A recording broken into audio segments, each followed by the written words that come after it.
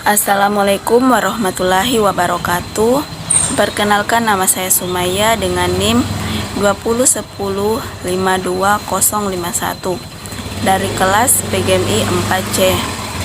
Tujuan saya untuk membuat video ini yaitu untuk memenuhi salah satu ujian tengah semester pada mata kuliah Statistik Pendidikan. Baik, saya akan menjelaskan sedikit tentang apa yang telah saya pahami pada materi statistik dan statistika, penyajian data, populasi, sampel, dan teknik sampel.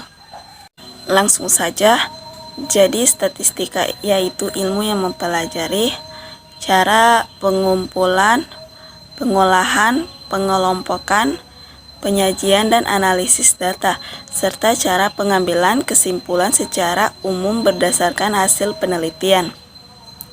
Dan statistik itu merupakan kuantitas atau nilai digunakan untuk analisis statistik.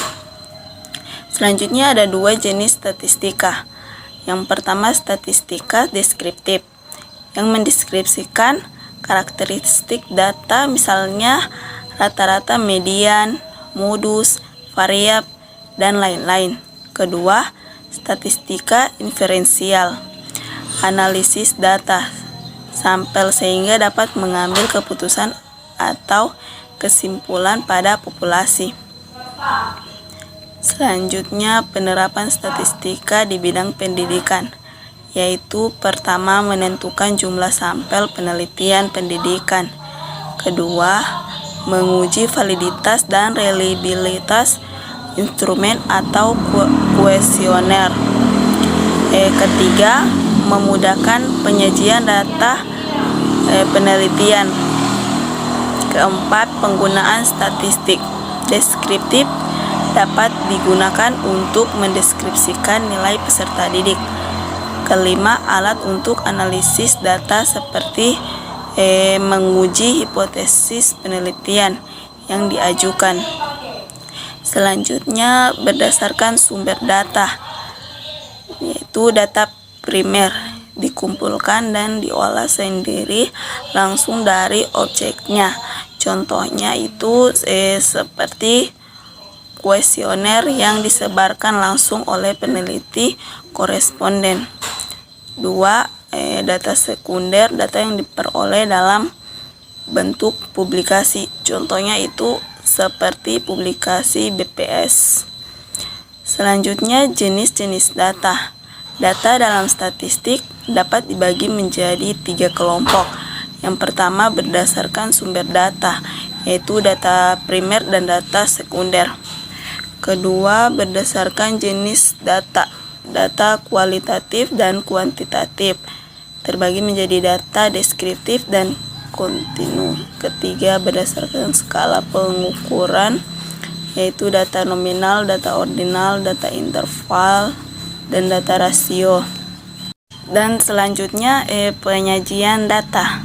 Penyajian data merupakan salah satu kegiatan dalam pembuatan laporan hasil penelitian yang telah dilakukan agar dapat dipahami dan dianalisis sesuai dengan tujuan yang diinginkan. Data yang disajikan ini harus sederhana, jelas agar mudah dibaca.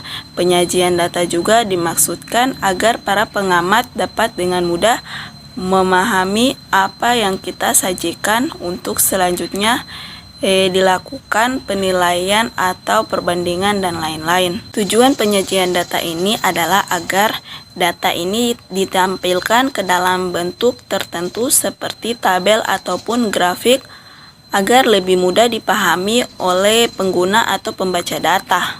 Bentuk penyajian data beserta contohnya. Ada bentuk-bentuk penyajian data dalam statistika yang dapat digunakan sesuai tujuannya. Data yang dapat disajikan dalam bentuk yaitu pertama tabel, kedua diagram, ketiga narasi atau teks, keempat numerik, dan yang terakhir itu peta. Selanjutnya populasi dan sampel.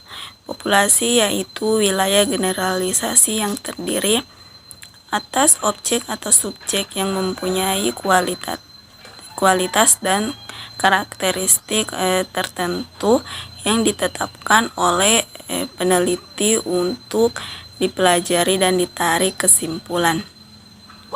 Sampel itu adalah bagian dari jumlah dan karakteristik yang dimiliki oleh populasi. Contoh populasi yaitu seperti seluruh mahasiswa aktif jurusan PIAUD, dan contoh sampel yaitu seperti mahasiswa PIAUD angkatan 2018 yang masih aktif. Teknik sampling yaitu cara pengambilan sampel. Jenis teknik sampling yaitu pertama probability sampling, kedua non-probability sampling. Itulah materi penjelasan dari saya.